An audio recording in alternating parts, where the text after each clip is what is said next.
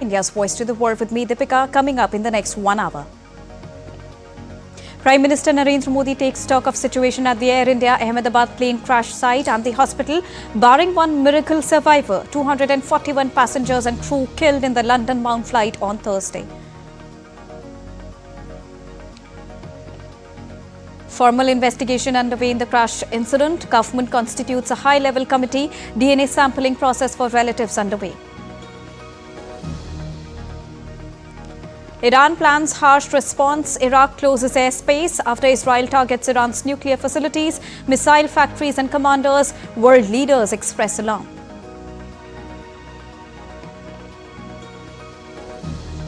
U.S. appeals court allows Trump to keep National Guard deployed to Los Angeles for now. Temporarily pauses lower court's ruling blocking the mobilization.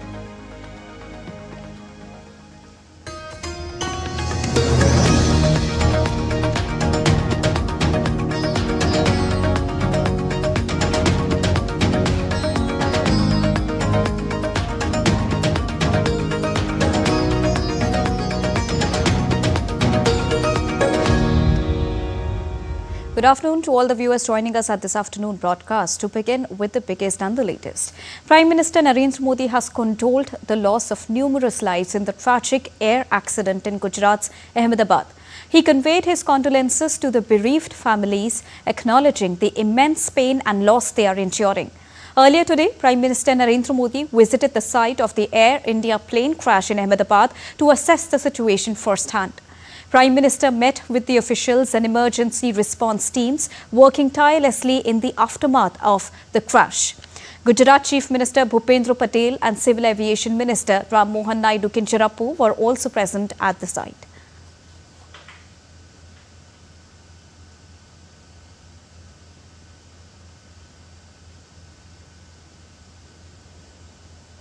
Further, Prime Minister Narendra Modi visited the civil hospital in Ahmedabad and met the survivors of the plane crash and other injured in the incident.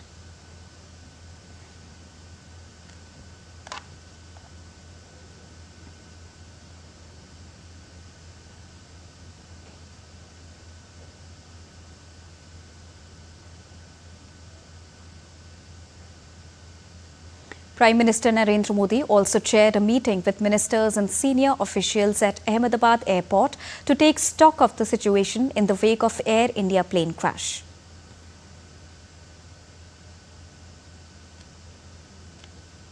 As Prime Minister Narendra Modi visited the plane crash site, he posted his message of grief and condolence on social media site X. The Prime Minister said, and I quote him here, "Visited the crash site in Ahmedabad today. The scene of devastation is saddening. Met officials and teams working tirelessly in the aftermath. Our thoughts remain with those who lost their loved ones in this unimaginable tragedy." Unquote. In another post, Prime Minister said, and I quote him, "We all are devastated by the air tragedy in Ahmedabad. The loss of so many lives in such a sudden and heartbreaking manner is beyond words.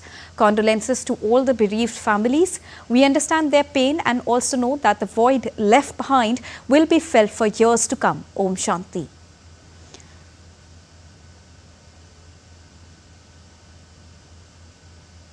In a series of tweets, he added, met those injured in the aftermath of the tragic plane crash in Ahmedabad, including the lone survivor, and assured them that we are with them and their families in this tough time.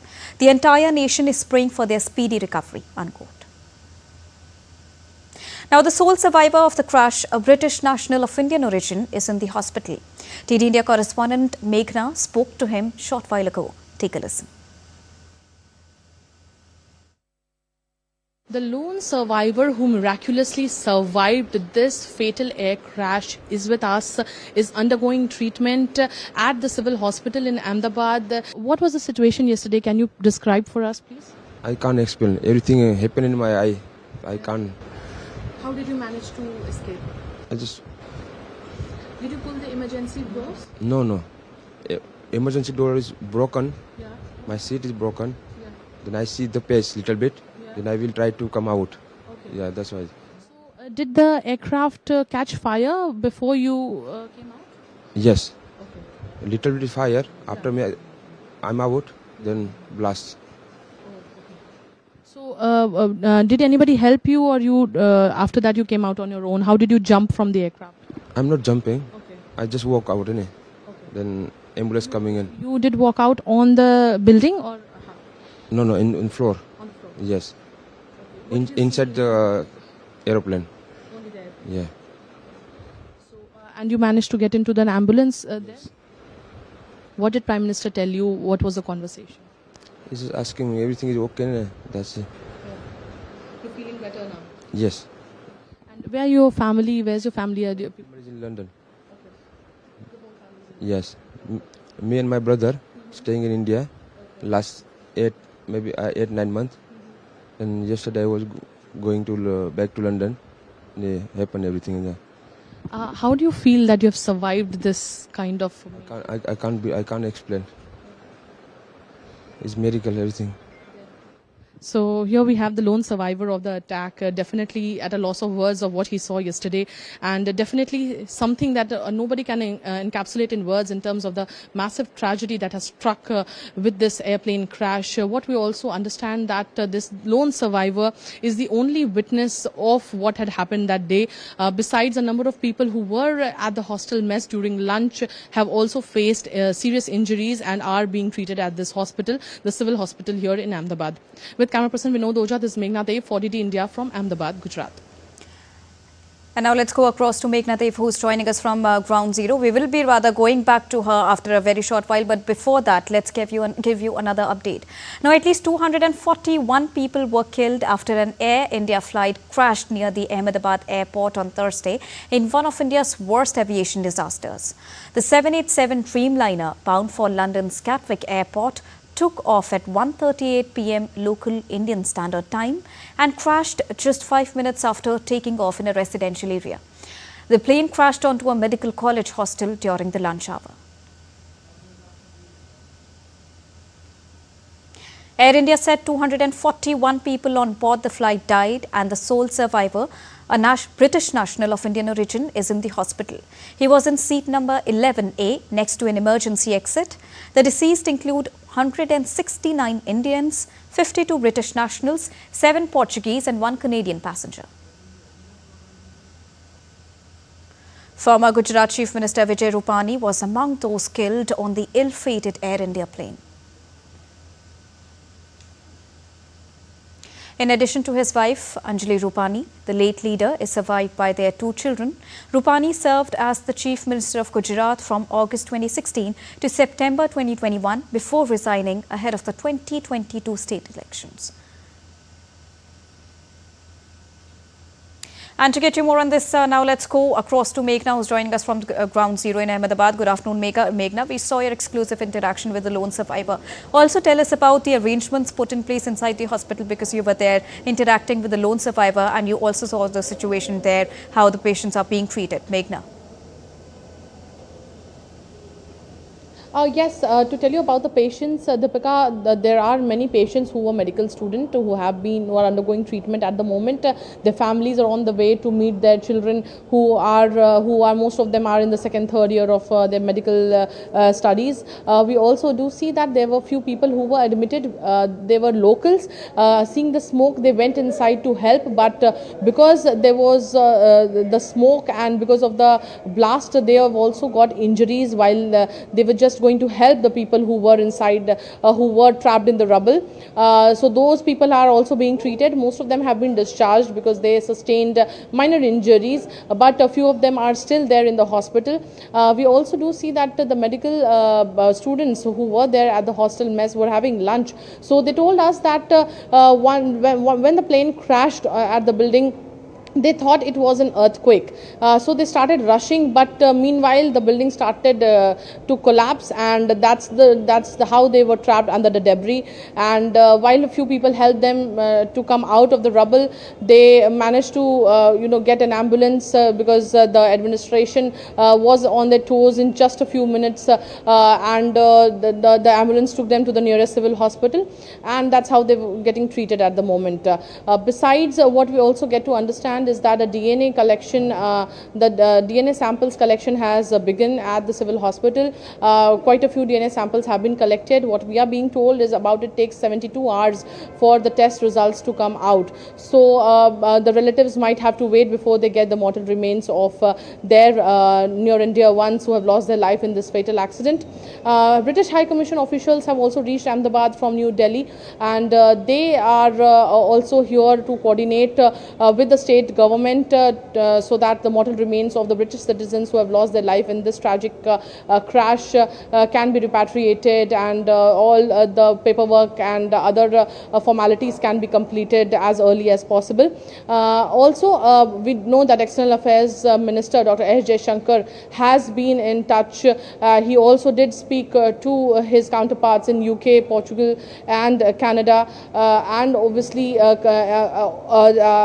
assured them of all assistance that will be provided by Indian authorities. We also understand that our High Commission, our Indian High Commission in UK is trying to facilitate emergency visas for the people who want to travel here for their relatives who have lost their lives in this fatal accident. So all efforts are being done by Indian authorities in UK as well as Indian authorities here in India, with multiple agencies working to facilitate the repatriation of mortal remains as well as handing over the mortal remains of the Indian citizens also who have lost their lives in this tragic government incident. is continuously on front footing when we talk about the plane crash accident that took place yesterday, and we've been saying that since yesterday. Yes. Only Prime Minister Narendra Modi has been in constant touch with all the authorities. Union Home Minister Amit Shah, Civil Aviation Minister, everybody rushed to the spot, and today on the second day itself, Prime Minister Narendra Modi visited the crash site and then to the hospital and then held a high review meeting as well. Tell us more about Prime Minister Narendra Modi's visit.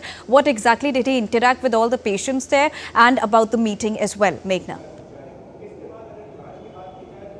So first of all, this was after this incident happened, we did see that Home Minister Amit Shah, he did immediately call the Chief Minister of Gujarat, and he spoke to him, took stock of the situation. He also took stock of what kind of rescue relief operations are being carried out. He also ensured that the military, paramilitary, all the forces, agencies, NDRF are on their toes and do the relief rescue on a war footing. That is the reason that currently we do not see any kind of work going on at the site, because most of it, the work went all night and most of the work is complete at the site. Now only the FSL team, forensics teams are working there to collect evidence, and that will be very crucial for the investigation.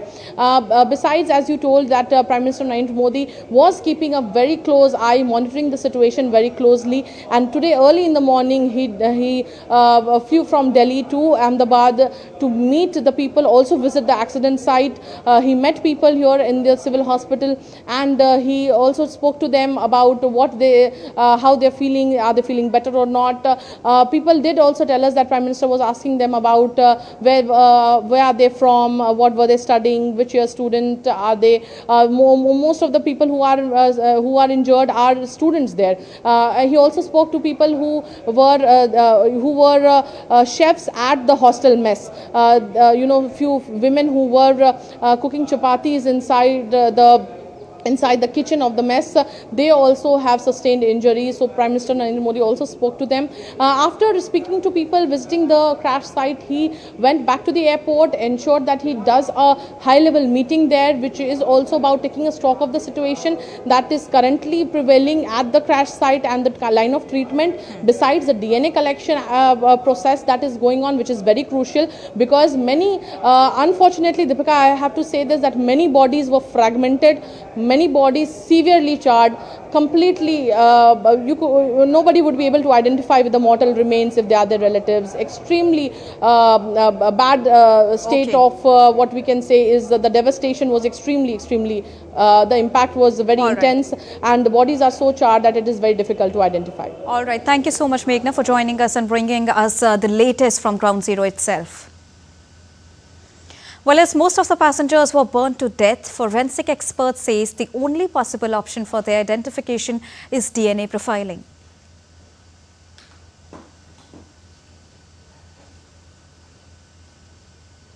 The government is now undertaking DNA sampling process for the relatives, and the official number of the deceased will be declared only after the completion of DNA testing. Samples of 192 people have been taken so far for testing at the Ahmedabad Civil Hospital. Police is taking special care of all these families and appropriately attending to their needs. In this difficult time, while offering them comfort, the police themselves are serving them tea, water and snacks.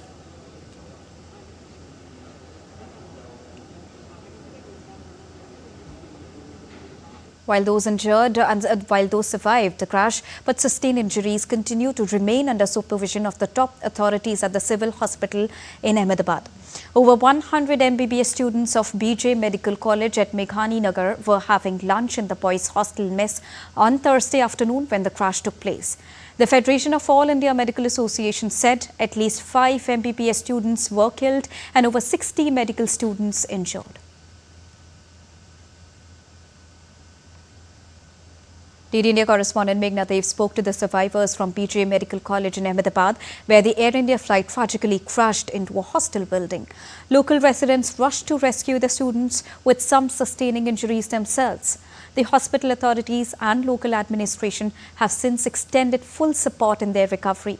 Both the students and the residents recounted the terrifying moments of the crash and how they managed to survive such a horrifying incident.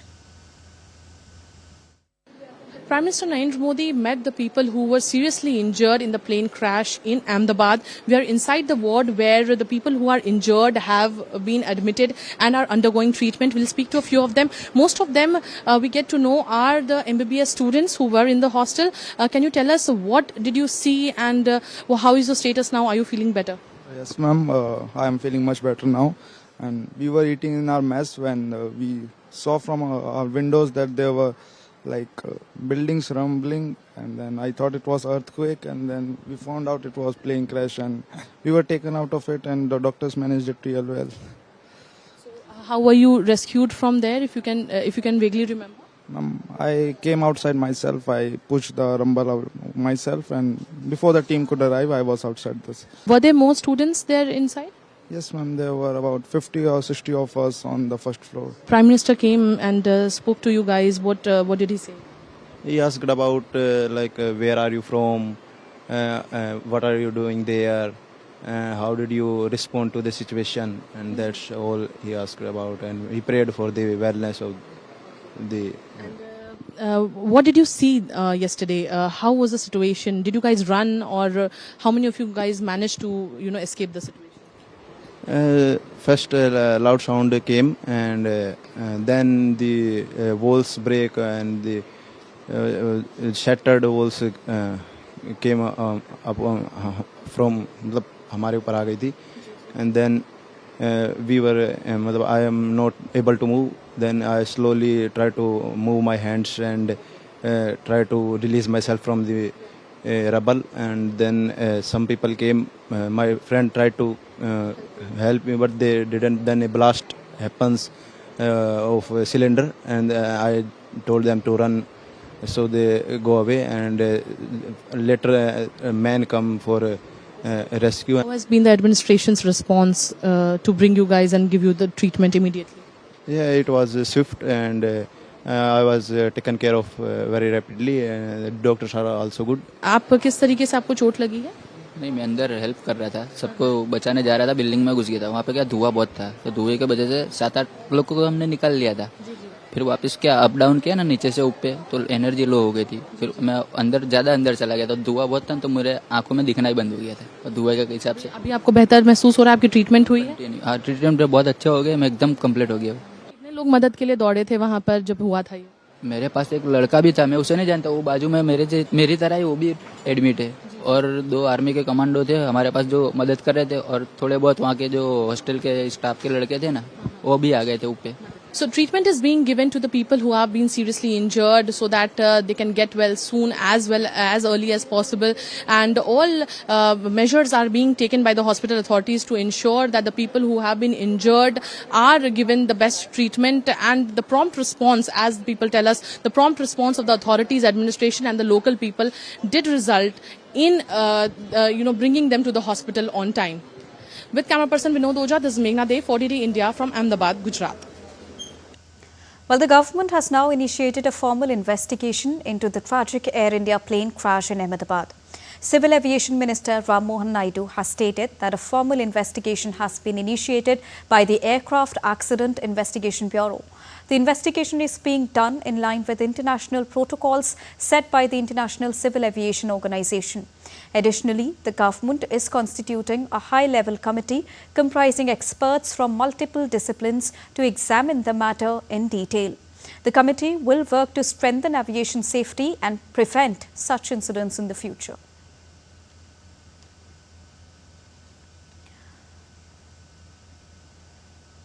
External Affairs Minister Dr. S. Jaishankar has said that he is in touch with UK Foreign Secretary David Lammy, Foreign Minister of Portugal Paulo Rangel and Foreign Minister of Canada Anita Anand regarding the Ahmedabad plane crash. Dr. S. Jaishankar expressed profound condolences and offered full support in this hour of grief.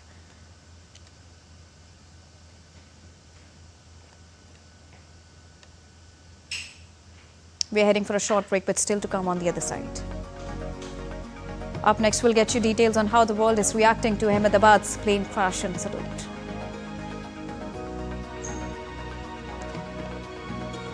After the break, we'll get you the latest update on changing weather patterns across the country.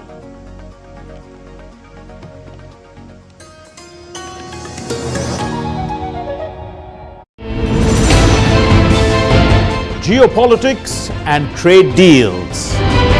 Economic challenges amid development. Hard work and the path to prosperity. It's the economy always. Between walkers, money is what money does and says. Supply creates its own demand. Between the bulls pulls and bears tears.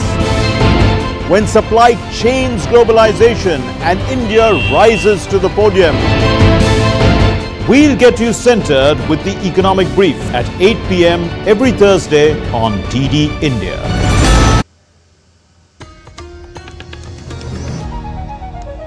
Welcome back after that short break. You're watching DD India News Hour. Well, around 700 personnel of the paramilitary forces and 6 teams of the National Disaster Response Force or the NDRF are at the crash site since the incident took place yesterday. They are working alongside the local administration to recover the bodies. NDRF DIG Hariom Gandhi said the total number of casualties will only be revealed after the site is completely cleared. Take a listen. देखने की टीमें हमारी यहाँ पर हैं, stand by हैं, वो लोग अपना काम कर रही हैं। आप लोगों को देखिए हमारी 6 टीमें ऑलरेडी यहाँ पर हैं, वो लोग कल से काम कर रही हैं, सभी लोग मिलके काम कर रहे हैं। आप लोगों को जो भी होगा हम लोग बताएंगे, ठीक है? Wait for some time. Meanwhile, Air India Managing Director and Chief Executive Officer Campbell Filson visited the crash site this morning. Air India has set up Friends and Relatives Assistance Centres at Ahmedabad, Mumbai, Delhi and Gatwick, London Airport. The centres will provide support and take care of the needs of the families and loved ones of those who were aboard on the ill-fated flight AI-171. Now, these centres are facilitating the travel of family members to Ahmedabad. Dedicated passenger hotline number for those calling from India is 1800-5691-444. And those calling from outside India is +91 8062 779200. Regular updates will also continue on Air India's X handle, which is Air India itself, and on the official website of Air India, which is airindia.com. as further information comes to hand. Now, Air India also requested the media persons not to call the dedicated passenger hotline numbers because that is only for the families of the deceased or the injured. Now, following the tragic crash, Boeing President and Chief Executive Officer Kelly Ortberg issued a heartfelt statement. He expressed condolences to the loved ones of the passengers and crew on board Air India Flight 171. He confirmed speaking with Air India Chairman N. Chandrasekaran offering Boeing's full support to the investigation and recovery efforts. He also said that a specialized Boeing technical team is on standby, ready to assist the Aircraft Accident Investigation Bureau, which is leading the probe.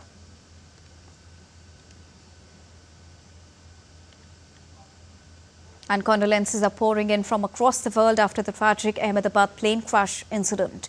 US President Donald Trump has offered to help India following the horrific accident.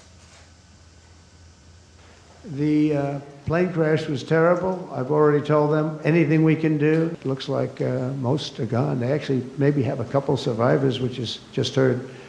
But that was a horrible crash. Nobody has any idea what it might be. I gave him a couple of pointers. I said, maybe you'll look at this or that. You know, we saw the plane. It looked like it was flying pretty well. It didn't look like there was an explosion.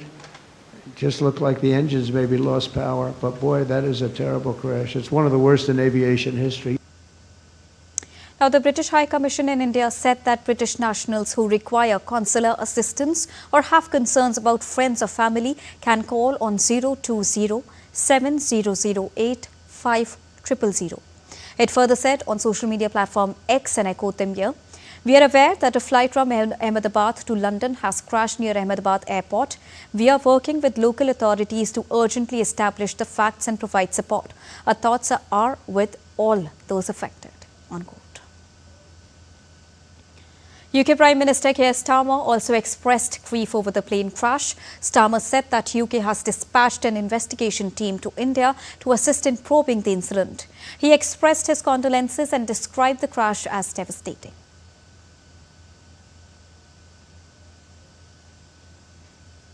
Canadian Prime Minister Mark Carney also extended condolences. In a post on X, he said, and I quote him, "Devastated to learn of the crash of a London-bound Air India plane in Ahmedabad carrying 242 passengers, including one Canadian. My thoughts are with the loved ones of everyone on board.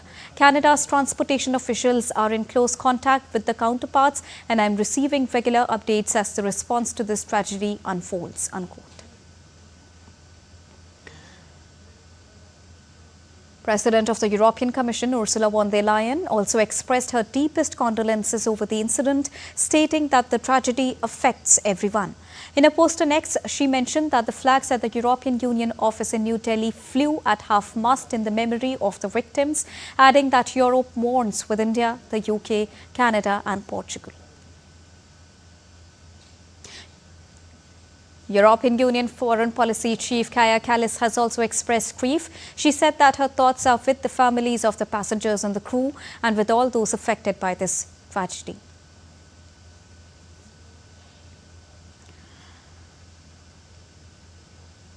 And Russian President Vladimir Putin, French President Emmanuel Macron, Italian Prime Minister Giorgia Meloni and others also expressed sadness over the Ahmedabad plane crash.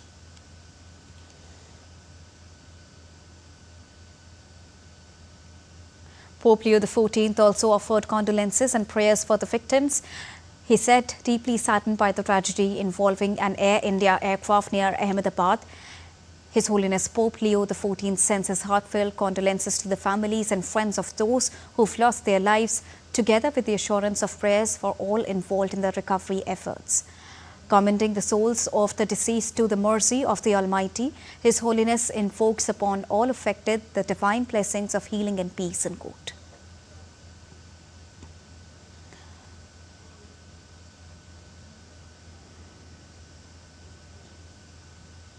Moving on now, let's get to the weather updates.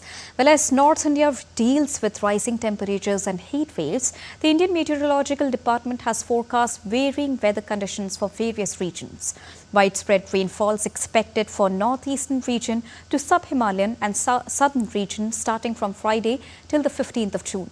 Isolated to scattered rain showers are expected in central Indian states. The southern India, including coastal states and Lakshadweep, are expected to get light to moderate showers at many locations.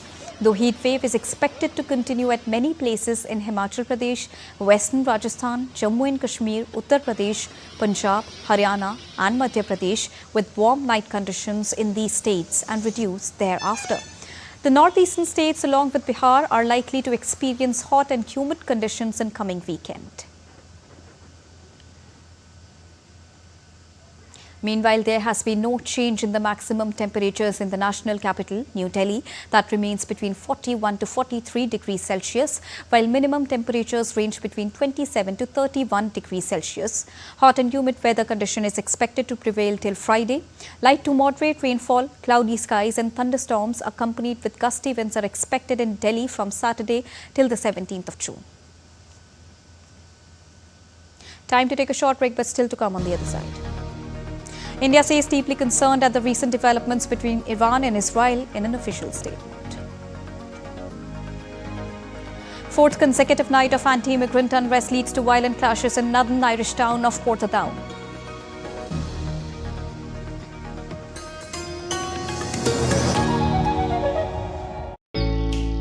Jharkhand will mesmerize you with majestic nature, rich heritage and colorful culture.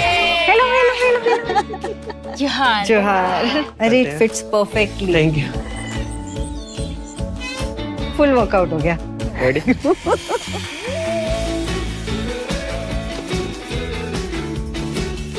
Postcards from Jharkhand on National Geographic.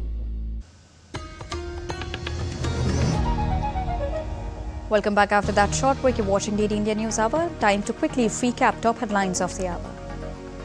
Prime Minister Narendra Modi takes stock of situation at the Air India Ahmedabad plane crash site and the hospital. Barring one miracle survivor, 241 passengers and crew killed in the London-bound flight on Thursday. Formal investigation underway in the crash incident. Government constitutes high-level committee. DNA sampling process for relatives underway. Iran plans harsh response. Iraq closes airspace after Israel targets Iran's nuclear facilities, missile factories and commanders. World leaders express alarm.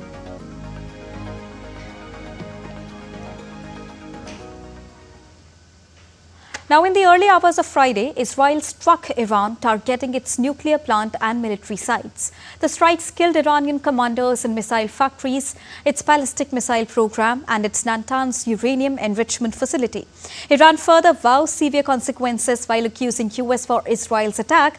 Now, Washington denies any involvement, calling it a unilateral action by Tel Aviv. Ayushi Bhatnagar has more. Take a look.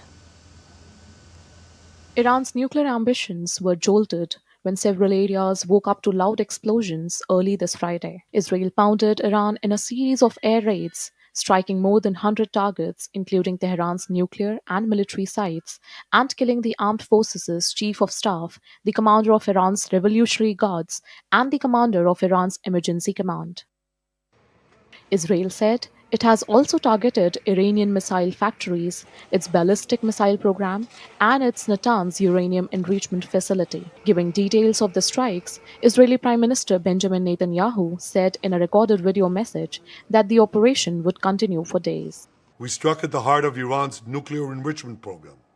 We struck at the heart of Iran's nuclear weaponization program. We targeted Iran's main enrichment facility in Natanz. We targeted Iran's leading nuclear scientists working on the Iranian bomb. We also struck at the heart of Iran's ballistic missile program. Nuclear scientist Faridun Abbasi Dawani and Mohammad Mehdi Tehranchi were also killed in Israeli strikes. Israel's Revolutionary Guards vowed revenge. The country has declared a state of emergency following its Operation Rising Lion. Israeli officials said Iran had enough material to make 15 nuclear bombs within days. Meanwhile, enraged by the attacks, Iran's supreme leader Ayatollah Ali Khamenei warned that Israel would suffer severe consequences.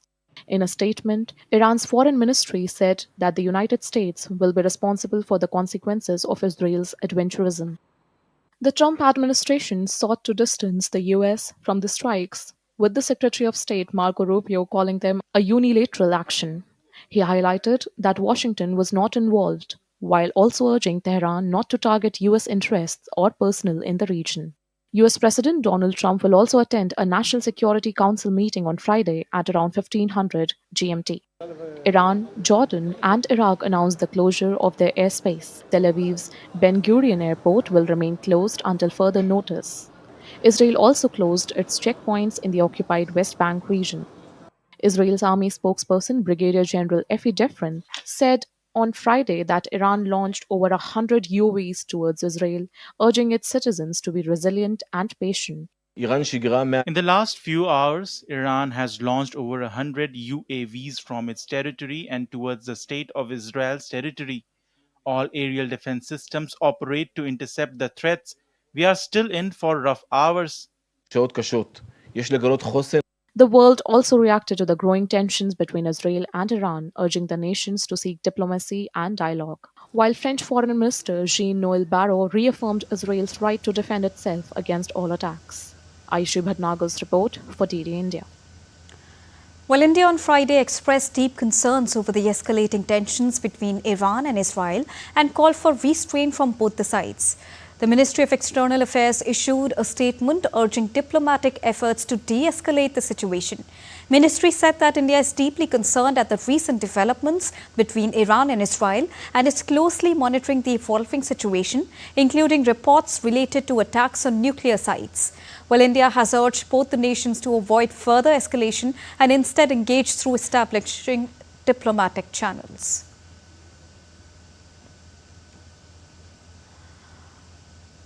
And to get you more on this, I'm joined by DD India correspondent Akshay Dongre from New Delhi Newsroom. Good afternoon, Akshay. To begin with the latest statement first, where India shows India's continuous resolve to solve any conflict with dialogue and diplomacy and also urges to exercise restraint. Tell us more about the statement and what sort of a message it sent across to Iran, Israel and to the rest of the world. Akshay. Well, the message is very clear that India has once again talked about de-escalation. India has talked about, coming down to the same table and having a discussion to resolve the differences. And though it has been over a year as far as the war is concerned, it continues, it rages on. And now what we are seeing, what the fears were as far as, wider ramifications of this conflict and also the escalation of it, it's spilling over to other parts of the region, that's coming true. Now what we are seeing is, as far as, Israel-Gaza conflict was concerned, that has been going on. The tensions have been mounting between Iran and Israel, and now what was feared has started to happen with, full-blown strikes taking place in Iran by the Israeli Air Force. However, if you talk about the Indian statement, it is again like it was during the time of Ukraine-Russia war, that diplomacy and dialogue is going to be the only solution as far as a permanent solution for this conflict is concerned. Both are huge parts of the West Asian nations. Iran is a major power. Israel is also a powerful country. So any kind of war between the two countries is not going to be limited to their geographies or their people. It is going to escalate and spill over to other parts of the region as well. Now, for India as well, it is a cause of concern because most of our oil reserves or rather oil supplies are fulfilled by these countries in West Asia. We have good relations with both Iran and Israel. So India, being an ally of both these countries, has urged for cooperation and urged for de-escalation and a ceasefire as far as the exchanges are concerned. So while India has called for diplomacy and dialogue, this has been a consistent stand of the Indian government and especially President Narendra Modi when it comes to these kind of conflicts that are taking place in the world. This is one statement coming in. However, when you look at the ground reality of what the countries are actually doing, as against the advices given by countries like India, escalation is taking place. Now what we are hearing is that Iran is preparing a retaliatory strike on Israel, and therefore a state of emergency has been declared in Israel with air raid sirens going on in several parts of the country, and there are reports coming in, though not verified as of now, that a drone launch is imminent as far as the Israeli cities are concerned, and whether or not they will be able to protect the cities from a possible escalation, a possible retaliatory strike, that remains to be seen. But the kind of action that Israel has taken yesterday is quite offensive in nature, especially the killing of scientists and military leaders that has taken place. While the US has said that this was a unilateral action, it has already asked Israel to come, or rather Iran to come to a negotiating table, and even Donald Trump saying that Iran can be a great country, but they have to forget the dream of ever owning a nuclear weapon, which has become a mainstay of these two nations locking horns as far as this conflict is concerned as well. All right. Thank you so much, Akshay, for joining us and bringing us the latest on the statement that has been released by India and the advisory. Thank you. Moving on. A U.S. appeals court on Thursday temporarily allowed President Donald Trump to continue deploying National Guard troops in Los Angeles during the ongoing protests against intensified immigration enforcement. The Ninth Circuit Court of Appeals paused an earlier ruling by U.S. District Judge Charles Breyer, who had declared the deployment unlawful and ordered the Guard returned to California Governor Gavin Newsom's control. Although the pause does not indicate the appeals court's final stand, it allows Donald Trump to retain authority over the Guard for now. The decision follows a week of protests centered around a federal detention center in downtown Los Angeles, where National Guard troops have been stationed. The Guard has also accompanied ICE agents during enforcement operations across the city. Protesters were dispersed and detained near a federal detention center in Los Angeles during ongoing demonstrations of immigration raids. National Guard troops were present at the federal building where many of the protests have taken place in the last days in a show of solidarity for immigrants detained inside.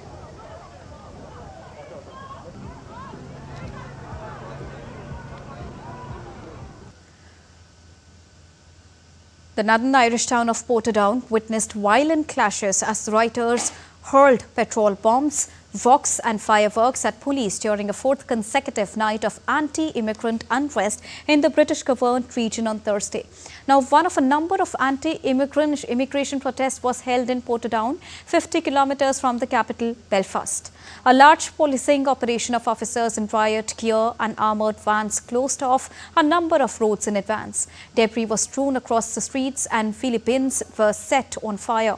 The wave of violence began on the 9th of June following the arrest and court appearance of two 14-year-old boys accused of a serious sexual assault on a teenage girl. The charges were presented with the aid of a Romanian interpreter, and the boys, through their lawyer, denied the allegations. And now let's take a look at other stories making news around the world in brief.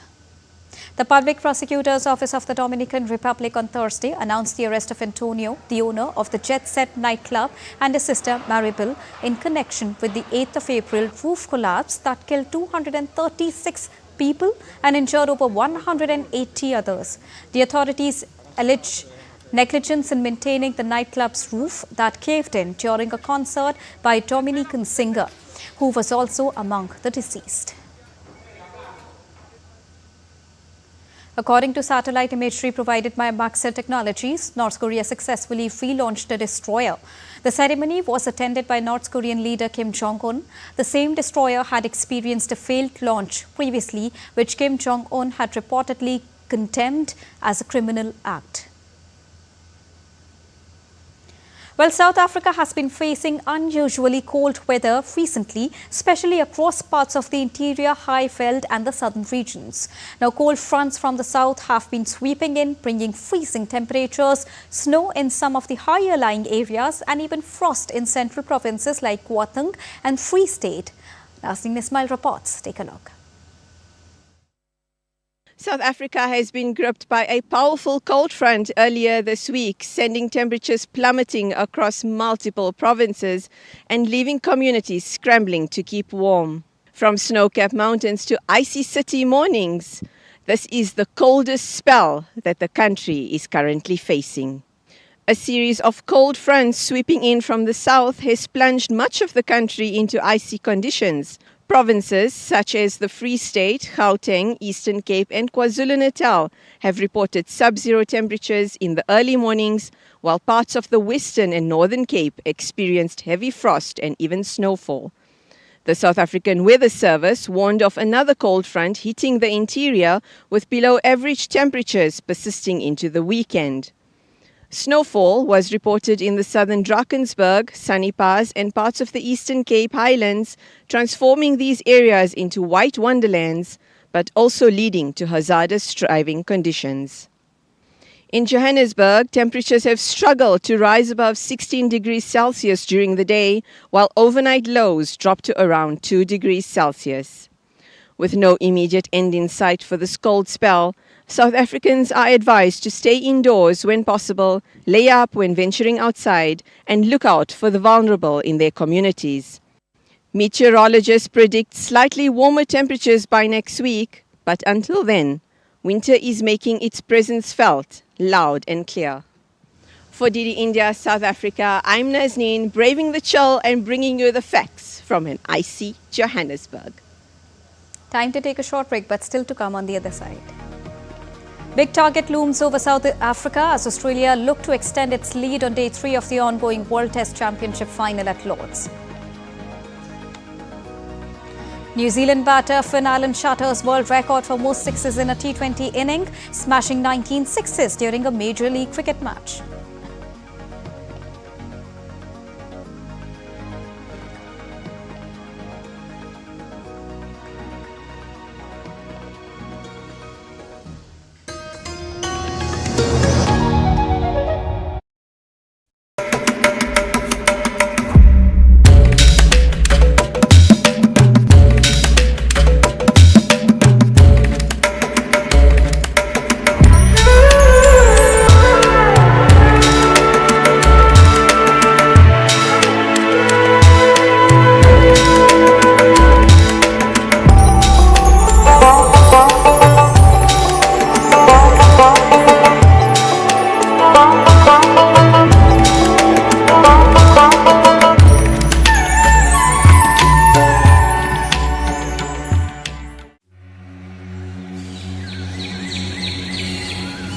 Near the heart of India.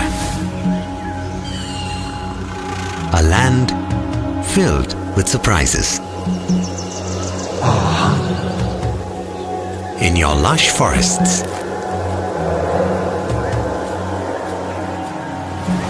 And the mighty force of your waters.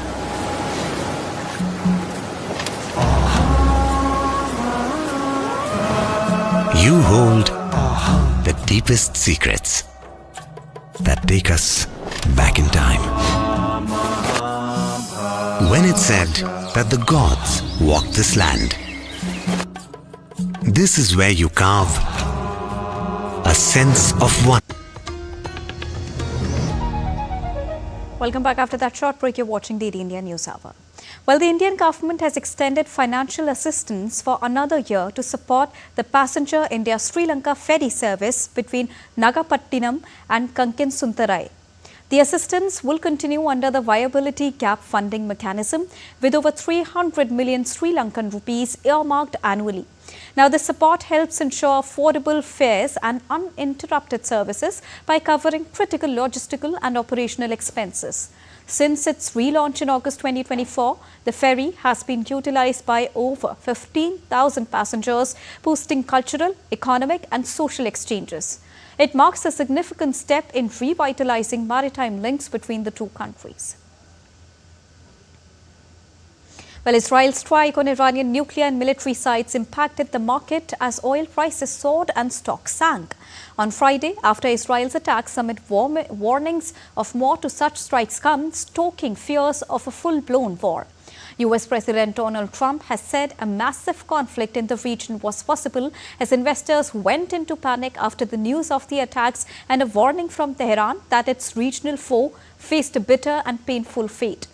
Oil prices surged by 12%, highest since January this year amid fears of supply issues, but later eased back slightly after Iran said its key refineries and fuel depots were unaffected, though they still remained well above 5%. The rush from risk assets to safe havens saw equity markets across Asia and Europe tumble and bonds rally with gold that popped above $3,400 an ounce. While bond yields dipped, the equity shares in gold and oil prices are soaring amid the tension. And now let's get you all the latest action from the world of sports, to begin with cricket first.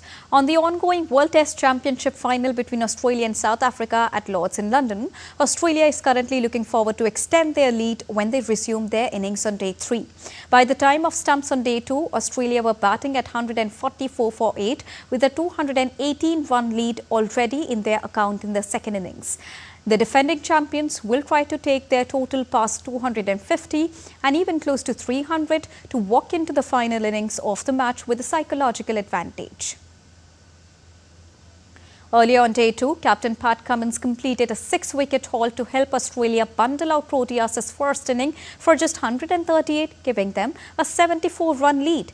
Proteas came back stronger with the ball in the second innings and reduced Australia to 73 for 7 at one point before Alex Carey added a clinical 61 runs for the 8th wicket with Mitchell Starc to get Australia out of trouble. Staying on cricket, New Zealand batter Finn Allen shattered world record for most sixes in a T20I innings, smashing 19 sixes on Friday. Allen registered the world record during a Major League Cricket 2025 match between San Francisco Unicorns and Washington Freedom. Playing for the Unicorns, the New Zealand opener broke the previous record of 18 sixes held jointly by Chris Gayle and Sahil Chauhan. Allen blasted 151 off just 51 balls as San Francisco posted 269 for 5, which is the highest total in MLC's history. He reached his 100 off 34 balls and raced 250 in just 49, making it the fastest 115 T20 cricket.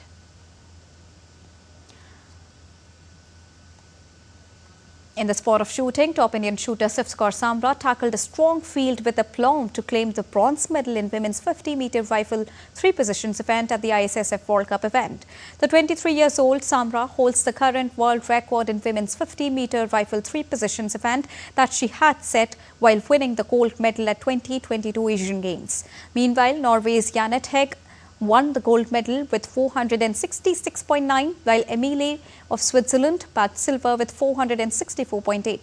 Samra was second in the qualifications with a total of 592 across 3 stages of kneeling, prone and standing. Norway's Karsten Warholm shattered the previous best time over the newly official 300-meter hurdles at the Diamond League meet in Oslo. Warholm battled back down to time 32.67 seconds, bettering his own 33.05 seconds set in the opening meet of the circuit in China. He rode through the line and ripped off his singlet, smacking his chest in delight when he saw the time flash up on the stadium big screen. The 300-meter hurdles, an event that was granted official status earlier this year, is yet to have a ratified world record. In soccer, Tottenham has hired Thomas Frank as the head coach after he ended his nearly decade-long stay at Brentford.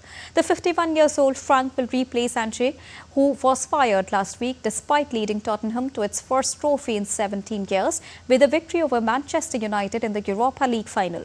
Tottenham said Frank's contract runs until 2028. He joined Brentford in December 2016 and has been the manager since 2018. He's established a reputation as a tactically flexible and shrewd coach who's improved the players, especially those of a lower profile or who have not performed at other clubs. A host of FIFA World Cup winners expressed their views on the upcoming Club World Cup.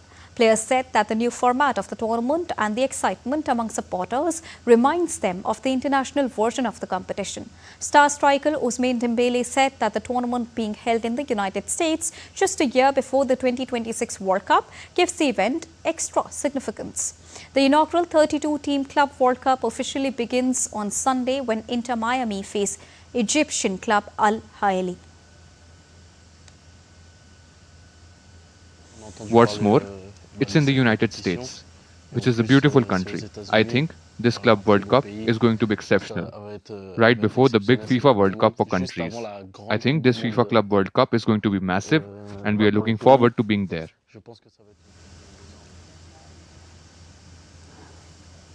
That it is a World Cup is appealing, and in this format it feels a bit more like a World Cup. In comparison, we had the previous version of the FIFA Club World Cup, which was just a handful of teams. I'm not sure what percentage of European Champions League winners went on to win this tournament, but I think it was quite high as the quality of the other teams is not as high as what you see in Europe. And it feels new. We need to get a feel for the tournament first, but the fact that it will be taking place in the country where the FIFA World Cup will be taking place the following year is obviously very exciting for us. Well, Mexico City is working to bring its iconic stadium to the forefront to host teams from around the world in the upcoming 2026 FIFA Football World Cup. The renovated stadium that hosted the 1970 and 1986 World Cup final will kick off in next year's tournament with the opening match on the 11th. It will also host other group stage and knockout matches at the global showpiece, co-hosted by the United States, Canada and Mexico. The venue will feature 2,200 square meters of LED screens, a new audio system and a hybrid natural grass pitch, among other notable additions. Construction is scheduled for completion in the first quarter of 2026, allowing sufficient time for operational testing. And that's all for this edition of DD India News Hour. But do let us know your thoughts on the news of the day. For those on the go, you can get all the latest news and updates from across the world on the DD India mobile app. The app is available on both Android and iOS platforms. Scan the QR code on the screen to download it right now. We'll be back with more news as it breaks here on DD India. I'm Deepika, and from all of us here in New Delhi, thank you so much for watching DD India News Hour.